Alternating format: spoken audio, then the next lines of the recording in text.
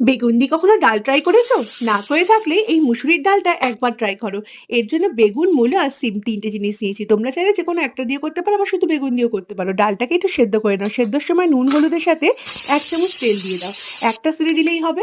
তেলটা দেওয়ার উদ্দেশ্য হচ্ছে চারিদিকে যাতে না ছেটে ডালটা। অপরদিকে এই মূলোটাকে একটু বড় বড় পিস করেই কেটো, আর বেগুনটাকেও তাই। একটু বড় করে না কাটলে ডালের সাথে শেষের দিকে এগুলো গলে যেতে পারে। এগুলো যখন খাবে তখন মুখে পড়বে, এটাই কিন্তু মজা। এবার ৫ ফোড়ন আর শুকনো লঙ্কা ফোড়ন দিয়ে কেটে রাখা সবজিগুলোকে দিয়ে দাও। দিয়ে দেবো নুন আর হলুদ দিয়ে একটুখানি নেড়েচেড়ে নাও। তারপরে এর মধ্যে টমেটো আর কাঁচা লঙ্কা চেরা দিয়ে দাও। দিয়ে একটু নাড়াচাড়া করে তারপর এটাকে ঢাকনা দিয়ে লো ফ্লেমে রেখে দাও ৫ মিনিট। তারপর ঢাকনা খুলে এর মধ্যে দিয়ে দাও সেদ্ধ করা ডাল, স্বাদ অনুযায়ী নুন, একটু চিনি আর একটু ঘি। দিয়ে এবার এটাকে নেড়েচেড়ে যখন আসবে তার আগে দিয়ে দাও একটু ধনেপাতা কুচি। তারপর ডালটাকে একটু ফুটিয়ে নাও, ব্যাস রেডি।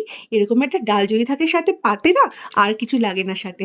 একটাবার ট্রাই করো, করলে কমেন্টে জানিও তোমাদের কিরকম লাগলো এই শীতের দুপুরে এই ডাল।